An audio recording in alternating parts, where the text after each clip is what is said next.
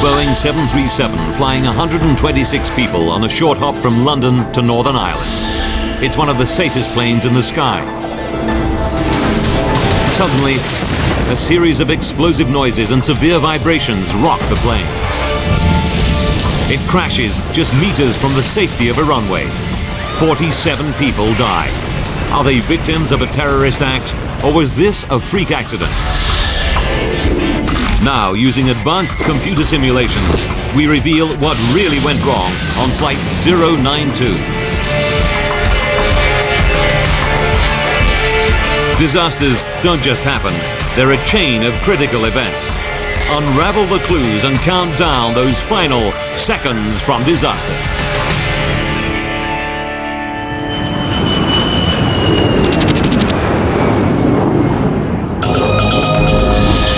Europe, England, London Heathrow,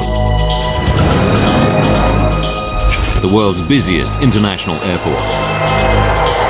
January 8th, 1989. It's a Sunday evening, and many passengers are headed home after the Christmas and New Year holidays. The airport is packed. In Terminal 1, passengers check in for British Midland Flight 092 to Belfast, Northern Ireland. It's a regular hour-long commuter shuttle. Security is tight. It's the height of the IRA's terrorist campaign against British targets.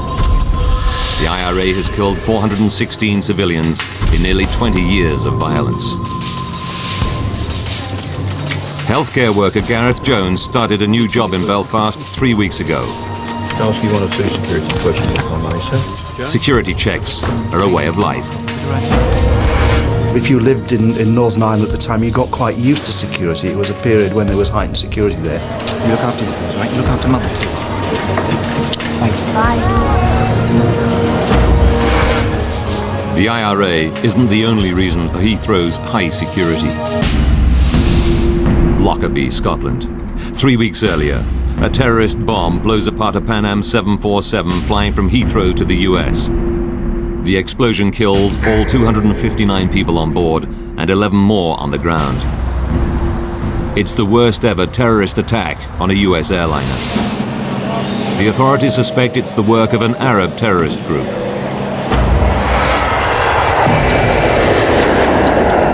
Will the before-start checklist down the line then, please? Today, the passengers on Flight 092 are in the hands of 43-year-old Captain Kevin Hunt.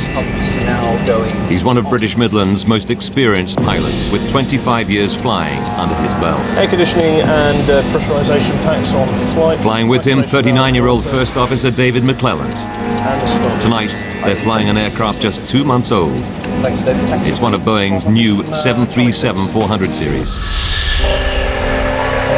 Boeing launched the aircraft a year earlier in a blaze of publicity. It boasts significant improvements over its predecessors. Its new CFM56 engines are the most powerful of their kind, and the cockpit display features state-of-the-art technology, including computerized TV screens and LED dials, which replace the traditional mechanical gauges. 7:15 p.m. Boarding cards, please. Thanks. 118 passengers board the brand new plane and take their seats. Brakes released and you are clear to push with back start engines 2 and 1 on push. Captain Hunt starts up the 2 engines. The 400 series aircraft is still new to him. He's clocked just 23 hours. First Officer McClelland has 53 hours. All pressures rising. Seatbelts on there, sir? In the main cabin, Gareth Jones has a window seat over the wing in an emergency exit row. Excuse me, sir. Hi there. A flight attendant asks Gareth to read the safety card so that he knows how to open the overwing exit door. Normally he was pretty blasé about it, but it was pleasantly done, and it would have been ill-mannered not to. Air traffic control clears Flight 092 for takeoff. 092 is clear for takeoff, 27 right, surface winds 270 degrees. Weather conditions are perfect. Takeoff runway 27 right, Happy to go? Let's go. First Officer McClelland throttles the engines up.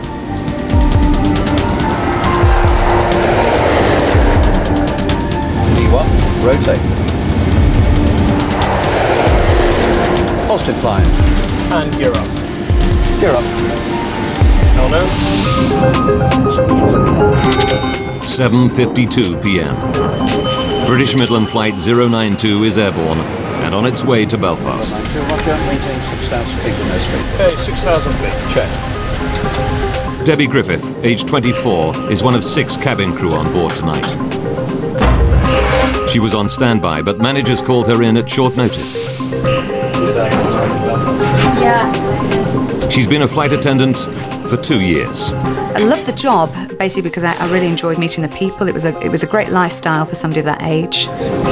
Within minutes of takeoff, the cabin crew start the drink service. With the hold-ups behind them, there's a light-hearted atmosphere. Passengers know they'll be on the ground in under 1 hour. 8:05 p.m. 13 minutes into the flight. The aircraft is climbing through 8,500 meters on its way to a cruising altitude of 10,600 meters. Then, without warning, a massive bang. The aircraft starts to vibrate violently. A routine flight turns into every air traveler's worst nightmare. Up on the flight deck, Captain Hunt and First Officer David McClelland feel the vibration. It's very strange. What's going on? Much worse, they smell smoke. What's going on? We've got a fire coming through. Tell ATC we need to start a descent. Smoke can only get into the cabin via the air conditioning ducts. And since the aircon is jet-powered on the 737, they deduce it's engine trouble. Which one? And it sounds serious. 20-year-old student Kieran Dynan is sitting over the wing close to the engine. All he can hear is a loud clattering sound. There was a very definite grinding noise. It sounded like pebbles going on in a washing machine. Just back from the cockpit, in row 1 are business partners Nick Stevenson and Chris Thompson. They're on their way home to Belfast. They feel the vibration. It's so intense, they fear the aircraft is breaking up. It sounded to me as though there was somebody outside with a sledgehammer trying to get into the aircraft, trying to beat their way through the fuselage. At that point, he simply stopped, froze. Flight attendant Debbie Griffiths immediately thinks of the Lockerbie disaster. This instant sort of terror, if you like, and my first thought was, is there a bomb? A huge bang and heavy vibrations rock a British Midland flight en route to Northern Ireland. Sitting in a window seat over the wing in row 14 is healthcare worker Gareth Jones. He's busy dealing with a panicking fellow passenger. The lady that was next to me, Teresa, was distressed, so I started to talk to her to try and calm her, but also to help me because it wasn't stress-free for me either. Gareth has good reason to be worried. His seat gives him a clear view of the plane's wing. And what he sees fills him with foreboding. I could look out of the window and see a trail of spark-like emissions from where the engine would be. From their seats in the cockpit, Captain Hunt and First Officer McClelland can't see either of the 2 engines, so they don't know about the sparks. Like all pilots, they must rely on their cockpit instrument display to diagnose the problem. The new display on the 400 Series 737 is unfamiliar to them, but it's state-of-the-art technology. Hunt and McClelland scan the screens and LED instruments. They diagnose an engine problem and shut down the faulty engine. Throttling back. Hey. Okay, shall I go through the... The terrible clunking and vibration immediately cease. The 737 is now behaving normally again. So you're approaching 1,000 to level. But safety rules call for the crew to land the plane as soon as possible. Let's get a turn going for East Midlands. Hunt is in luck. Air traffic control clears him for an emergency landing at East Midlands Airport, just 10 minutes flying time away. Control, fly heading 090, be vectoring for the ILS. Roger, Midland 92, descending flight level 120.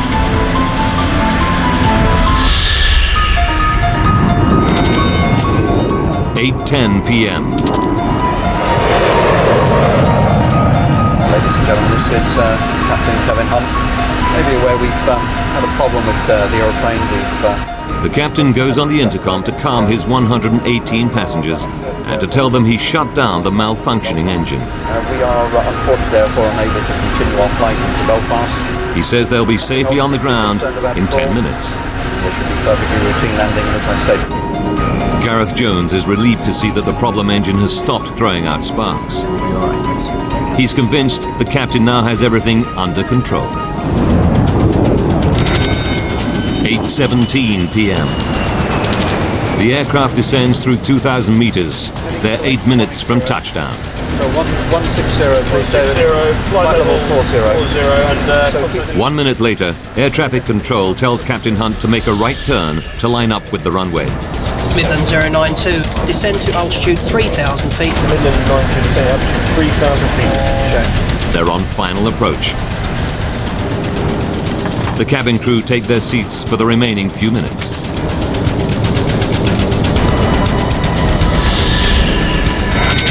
(8:20 p.m.)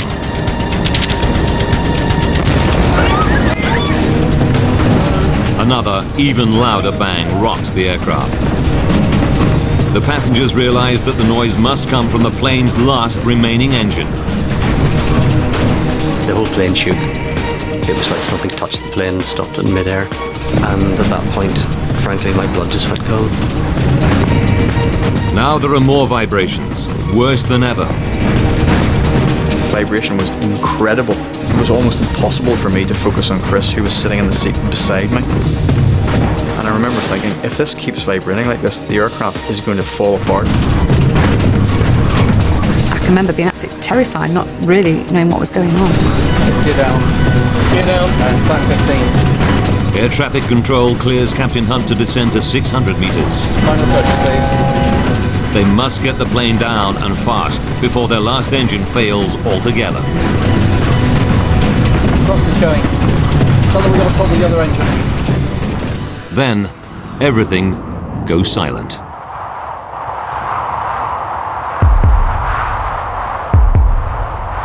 The plane's last engine has given out. The passengers now know they're going down. I actually can't remember the noise of wind going by the plane, just this sort of rushing sound. And the plane then dropped. It started just to go down, like going over the top of a roller coaster. I remember thinking to myself, well, there's nothing you can do about it. If him upstairs wants to take you now...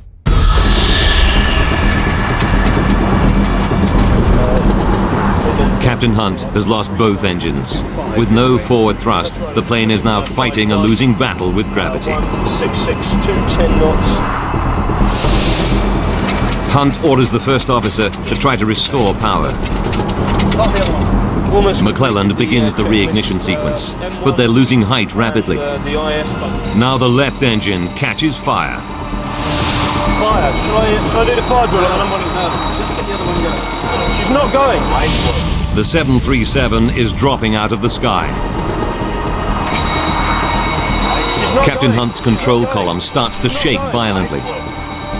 The ground proximity warning system tells him he's coming down too quickly. The pilots can see the airport runway lights less than 2 kilometers away.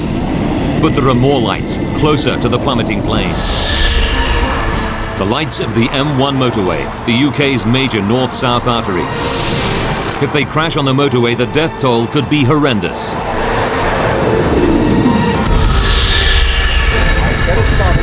It's not going. But Captain Hunt is all out of options. The ground is coming up fast. Somebody on board said, Jesus, we're all going to die. 8:24 p.m. British Midland Flight 092 is just 1 minute from East Midlands Airport. Speed 190. Captain Hunt can see the runway lights, but he's lost both engines, and one's on fire. His only hope, to keep the aircraft airborne long enough to crash land on the runway. The passengers haven't heard from the captain for 10 minutes, but they know they're going to crash. Stupid thoughts go through your head, like who's going to cut the grass. Part of your brain is saying, this plane's crashing, and part of it was saying, it can't be, because it doesn't happen. Now Captain Hunt can see the village of Kegworth. Desperate to avoid crashing into it, he raises the nose to stretch the glide. The 737 passes over the village at an altitude of just 60 meters. Where have I noticed what I think was a church spire, which actually went by the window, and I sort of thought, a church spire going past the window, I'm in a plane. But beyond Kegworth lies the M1 motorway.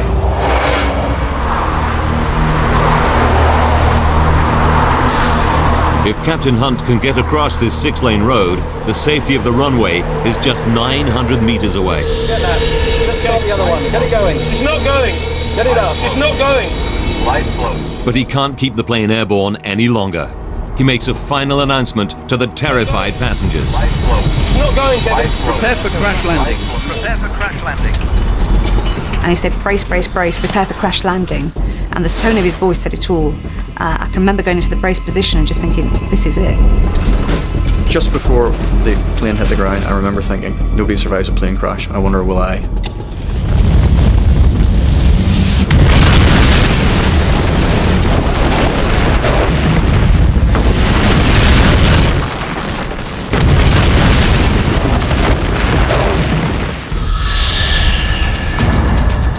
"30 meters before the motorway, the tail section hits the ground and bounces back into the air. The plane smashes through trees near the edge of the motorway. It was horrendous. It just seemed to go on forever. It sort of sucked the breath out of you. It careens across the road, destroying a light on the central reservation. The aircraft slams into the embankment on the far side of the M1 and breaks into 3. I just remember being crushed and then nothing. Total silence. It comes to rest just 900 meters from the safety of the runway. Captain Hunt made it across the motorway just. Incredibly, no cars are passing at the moment of the crash.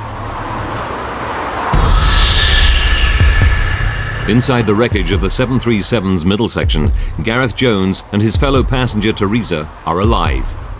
They're sitting over the wing, the strongest part of the aircraft. Gareth is not even badly hurt. He cannot believe his luck, but the danger isn't over yet. When I opened my eyes, I could see the little bush that was on fire and thought, hang on, this is dangerous. We're right over the wing's full of fuel, we'd better get out of this place pretty quick. It's a miracle the plane's 5,000 plus litres of aviation fuel haven't caught fire. But the fuel is now pouring out of the damaged wings, and one of the engines is still in flames. If the fuel ignites, Gareth and any other survivors will have little chance. Having lived through an air crash, they could still burn to death. Gareth desperately pulls the emergency door handle, but it won't open. Fortunately, I remembered Jamie's instructions on the card and grabbed the handle, pulled the door in and threw it out. Before the crash, Gareth told fellow passenger Teresa that if they survived the impact, he would get her out. I remember sticking my head back in through the hatch and shouting to Teresa, give me a hand, and this little hand appeared out of the blackness. And I remember pulling her out through the door. Now Gareth climbs back into the plane to look for other survivors. He finds a horrifying scene. Twisted wreckage, injured people shouting for help, and others who are ominously silent. There were people clearly struggling to get out and others that were not moving, and you knew what had happened to those that were not moving. And that's one of the memories that I'll carry with me to my grave. In row 1, in the plane's broken front section, business partners Nick Stevenson and Chris Thompson. Chris is unconscious and severely injured, but Nick is one of the luckier ones. He comes round quickly. The first thing I thought is, I'm alive. The second thing I thought is, there's going to be a fire, get out. He doesn't have the strength to help Chris. He tries to get up, but a searing pain in his left leg stops him. And yet he knows he must overcome the pain to get out. You know, the survival instinct just takes over. The drive, it's incredible. I just knew I was going to get out. I had to get out. Nothing else was of any importance whatsoever. He reaches a break in the fuselage and shouts to passing drivers who've stopped to help. He said, "Yeah, we see you, you're okay, you know, we'll get you." Carried me down the embankment. Still trapped in the wreckage of the nose section, flight attendant Debbie Griffith. She's in a bad way, but her main fear is a fuel explosion. I was having real problems breathing and actually felt like I was dying. I was really sort of fighting to live. And I just expected the engines to go. And I can actually remember thinking, I hope the smoke gets to me quickly. And 20-year-old Kieran Dynan hangs right over the edge of the shattered midsection. He's badly injured and drifts in and out of consciousness. All the seats in front of me were gone. There was nothing. It was just debris and nothing. 8:30 p.m. 5 minutes after the crash, the fire crews reach the aircraft. They start to douse the whole area with foam. The fireman shouted through, "We've got the engines out." So at least then I knew that we were in with a fighting chance. Within 2 minutes, the engine fire is out. The rescue can begin. Now firefighters scour the plane for survivors. They have the grim task of checking which passengers are dead and which still have a spark of life. I literally just woke up as he shone the torchlight in my eyes, and he said, "Quick, this one's still alive." And then I blacked out again. Kieran is pulled out of the plane and rushed to hospital.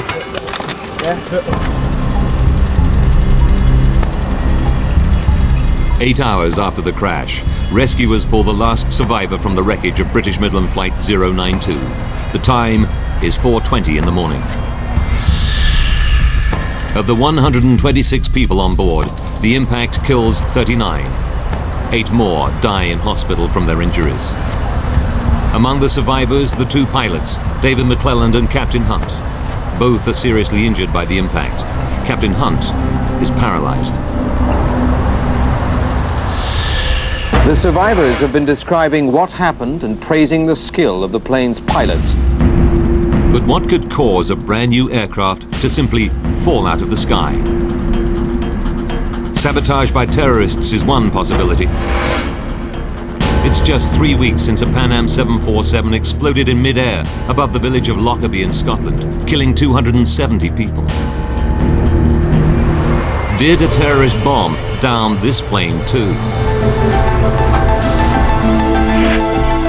Now, by rewinding the events of that fateful day and by going deep into the investigation, we can reveal what really happened on Flight 092. Advanced computer simulation will take us where no camera can go, into the heart of the disaster zone.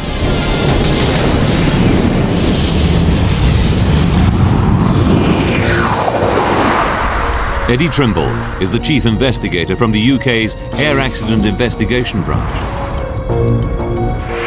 He's worked on all the major air disasters in the UK over the last 30 years. When news of the Kegworth disaster breaks, Trimble's team of 9 crash investigators is still in Lockerbie, scouring the wreckage of the downed Pan Am plane. Now he fears another terrorist outrage has claimed lives on British soil.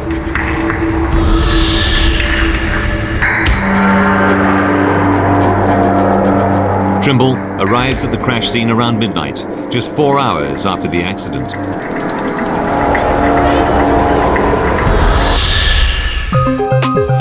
As the hours pass, he finds none of the telltale signs of damage from explosives. The team quickly rule out a terrorist attack as the cause of the crash. This is not another Lockerbie. Investigators now turn to the possibility of mechanical failure. Survivors report a double engine failure. It seems almost incredible, but the theory soon surfaces in news reports. The experts say the chances of both engines on a brand new airliner failing at the same time are 100 million to 1. But that seems to be what happened last night. Eddie Trimble knows that if both engines failed almost simultaneously, the implications are enormous. There are 18 of the new 737s in service. Could they all be flying with a fatal flaw? The investigators need to find out, and fast. Chief Investigator Eddie Trimble and his team of 9 scour the crash site of British Midland Flight 092. They desperately need clues to explain what could cause both the 737's jet engines to fail. Accounts of the plane's final moments are coming in from eyewitnesses. They report flames in the left-hand engine.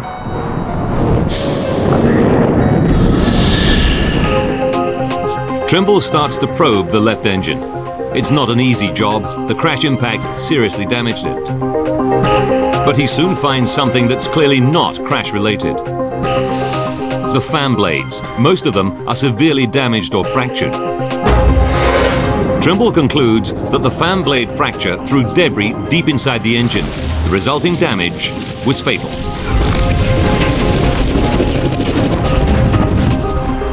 He must send the left engine for further tests to discover what caused the fan blade to fracture in the first place. Now Trimble and his team turn to the right-hand engine, the one the cockpit voice recordings reveal is the first to malfunction. They carry out an inspection of its internal mechanisms. After hours of examination, Trimble reaches a terrible but inescapable conclusion. I thought, gosh, it really does look as though they may have shut down a good engine. Trimble realizes that when the left-hand engine starts to go wrong, the flight crew inexplicably shuts down the perfectly good right-hand engine. Now the whole focus of the investigation shifts. It's not a terrorist bomb or double engine failure that killed 47 people on Flight 092. It's a catastrophic human error. This astonishing discovery rocks the aviation world. How could such experienced pilots shut down the wrong engine on a brand new aircraft?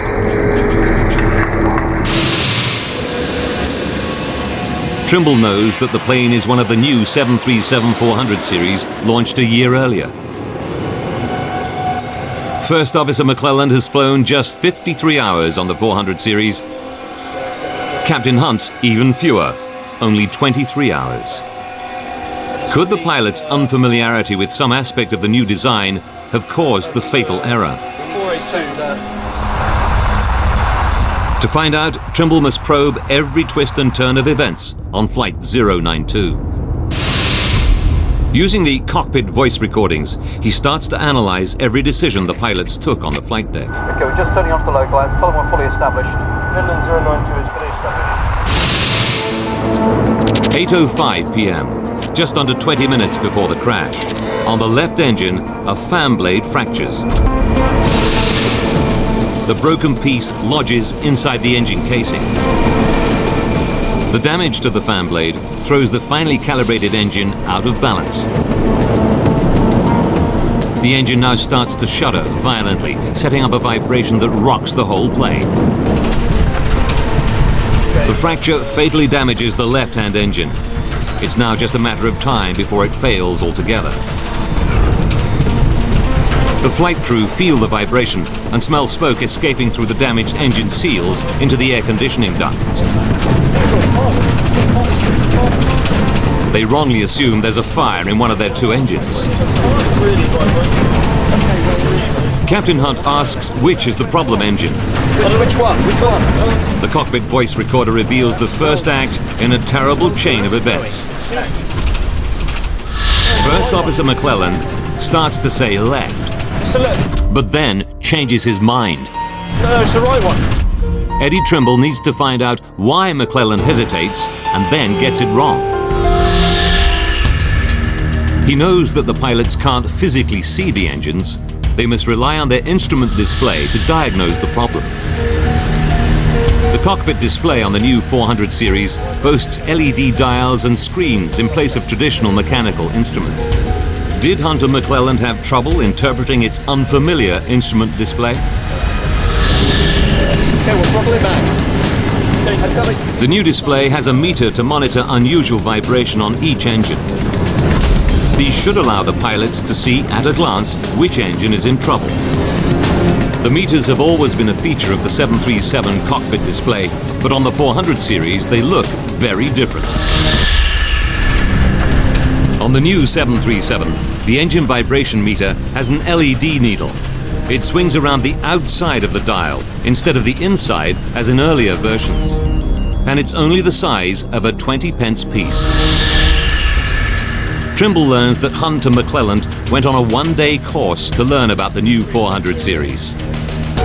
But he finds that neither of them received any simulator training on the Engine Instrument System, or EIS.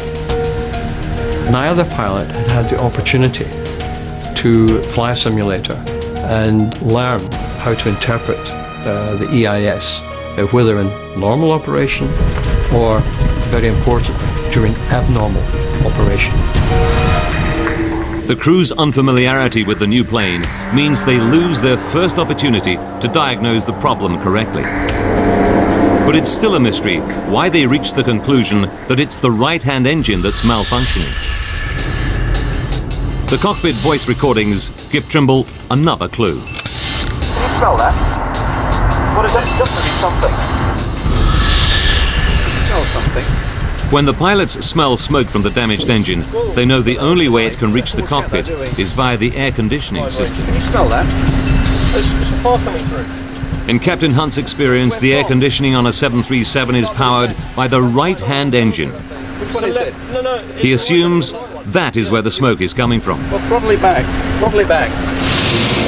But Boeing has made another change to the latest 737.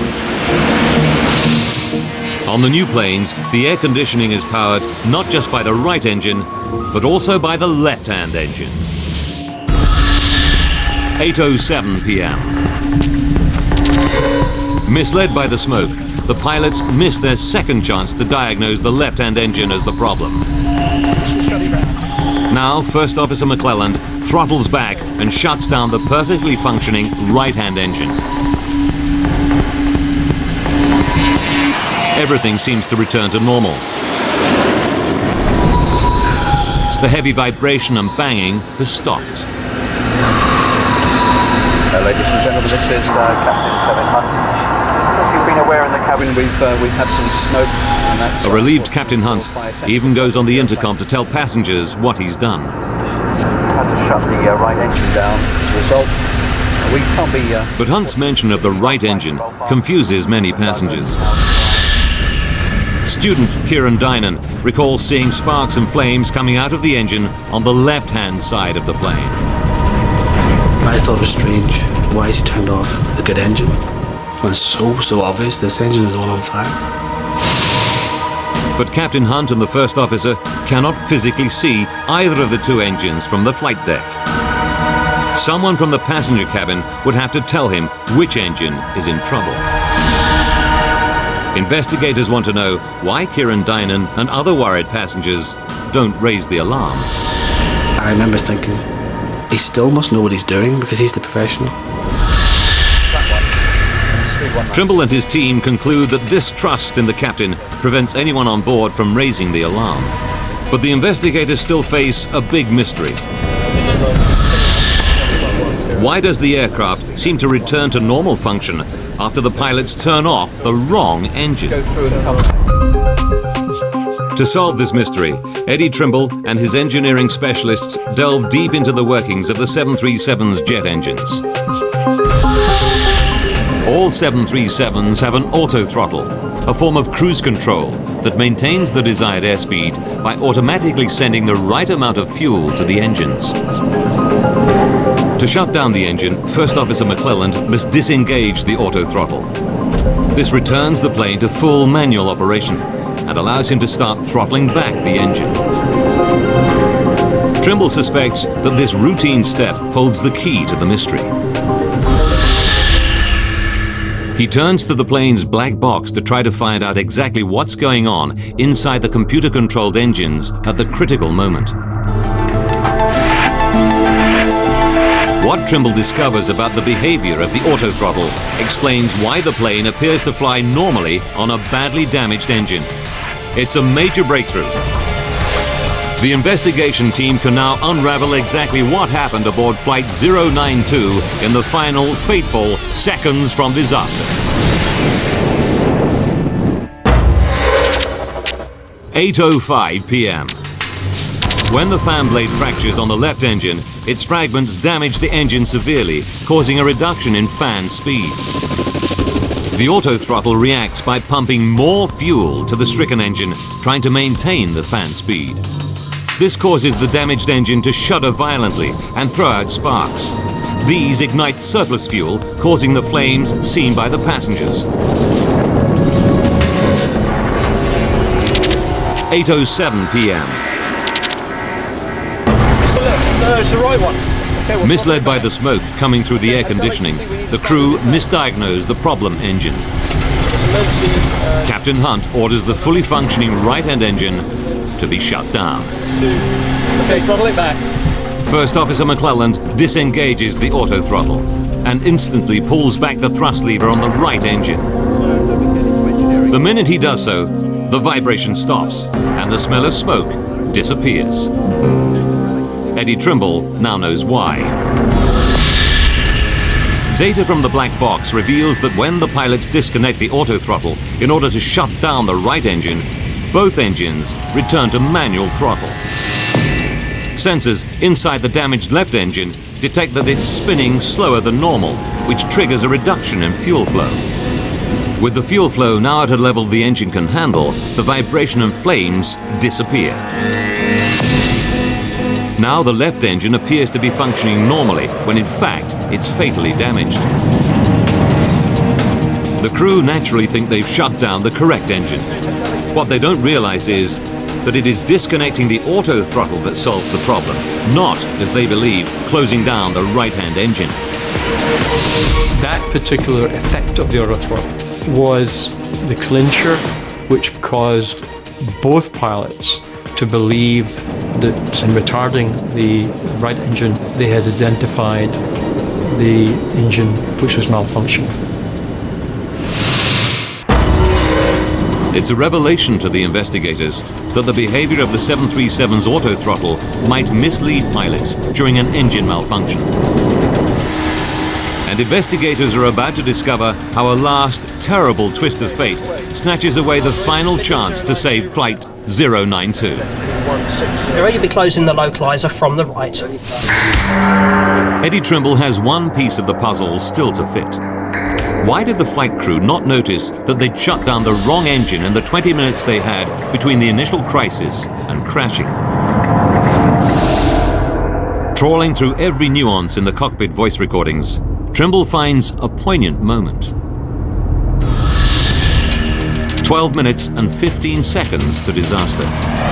The plane seems to be back to normal, but Captain Hunt's training tells him that after an in-flight crisis, it's essential to review all decisions to make sure no mistakes were made. What did we actually get?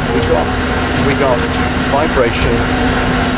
But just as he starts his review, air traffic control interrupts him. The surface wind is indicating westerly at 5 knots. They clear Captain Hunt to descend to 1,200 meters for landing in 12 minutes' time.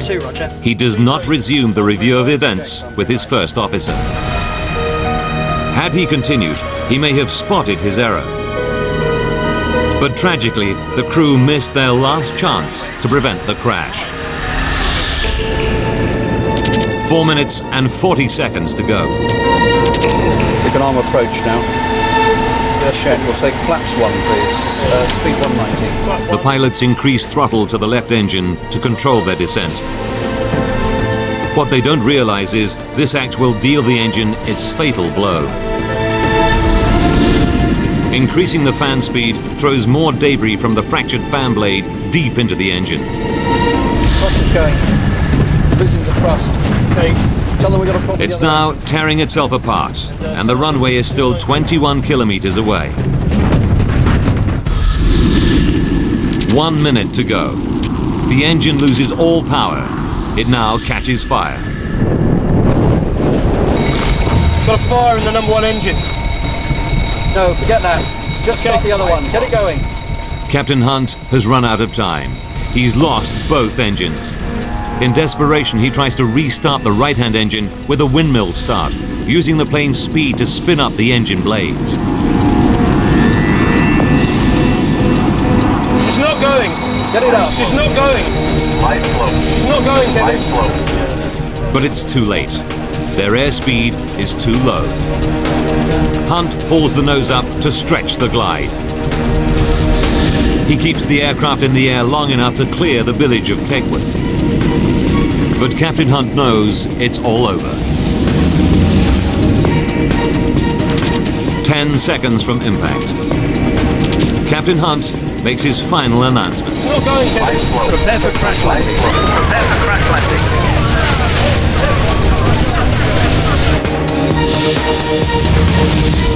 At 8:24 and 43 seconds, British Midland Flight 092 crashes into the motorway embankment at 185 kilometers per hour.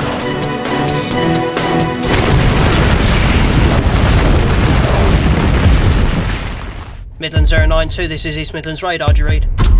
Midland 092, this is East Midlands radar, do you read?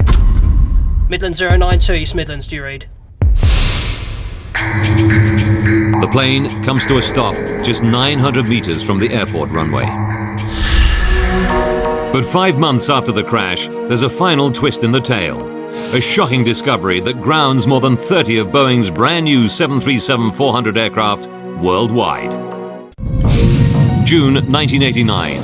5 months after the Kegworth crash, 2 more Boeing 737-400 series aircraft suffer identical fan blade fractures in flight. In both cases, the pilots read the signs correctly and land safely.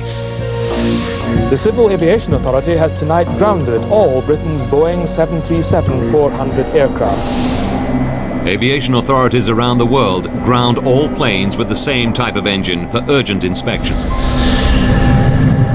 CFM, the engine's manufacturer, discovers a design fault in the fan blades. Running at maximum power above 7,600 meters, the low air density sets off a previously undetected vibration in the blades. The resulting stress can lead to fractures. It emerges that the engine was never tested in flight. The 737-400 aircraft and its engines are an upgrade of the 300 series. The engine was only bench tested in a laboratory. A flight test was not mandatory. If it had been, the potentially catastrophic vibration effects on the blades might have been detected. The engine manufacturer has to redesign the engine and refit 99 400 series aircraft. Aviation regulations now require manufacturers to flight test all new engines. Just over 18 months after the Kegworth air crash, the Air Accident Investigation Board publishes its report. It concludes that although the pilots made an error in shutting down the wrong engine, there were mitigating factors. The pilots had received no flight simulator training for the 737-400 series. 18 months. That meant the first time they faced an emergency, it was for real. Rotate. The vibration meters weren't prominent enough. And if a member of the cabin crew had alerted the captain to the flames coming from the left engine, which he couldn't see from the cockpit, the crash could have been averted. But for the survivors, the flight crew are heroes. It was just very, very sad that it was so close to have made it. And you know, to have those 2 pilots put at such risk and to have worked so hard to have got so close, it's upsetting. The lessons learned from the Kegworth crash have had a wider impact on aviation safety. Boeing redesigned cockpit displays for new aircraft, making them easier to interpret. Simulator training is now mandatory if the design of an aircraft changes substantially. And with airline training around the world now emphasizes and encourages full communication between cabin and flight crews, particularly during an in-flight emergency.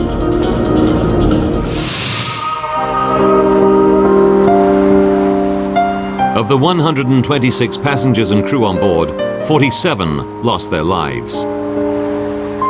For the survivors, nothing can erase the memory of that dreadful night. But they have rebuilt their lives. Chris Thompson and Nick Stevenson both recovered from their injuries. They're still in business together in Northern Ireland. Kieran Dynan is now married with a young daughter. You know, you still worry about things, but I don't worry about things like I used to anymore. I think all my bad luck came at once, and there's nothing ever as bad is going to happen again. Debbie Griffith left the airline industry to train as a nurse. You can't go through a plane crash without changing. It's made me live for the moment. I've always been fairly happy-go-lucky, but I've never felt bitter. I've never felt, why me, why not me? I'm nothing special. Gareth Jones's physical injuries on the night were minor, but the emotional scars are still with him. You did feel dirty afterwards that, you know, why me? Why did I survive? What had I done that was special? And to a degree that lives with me to this day. I don't know why I escaped, apart from picking a lucky seat. The Boeing 737 is still the world's most popular aircraft. Today, a 737 takes off somewhere in the world every 5 seconds. Its safety record is one of the best in aviation.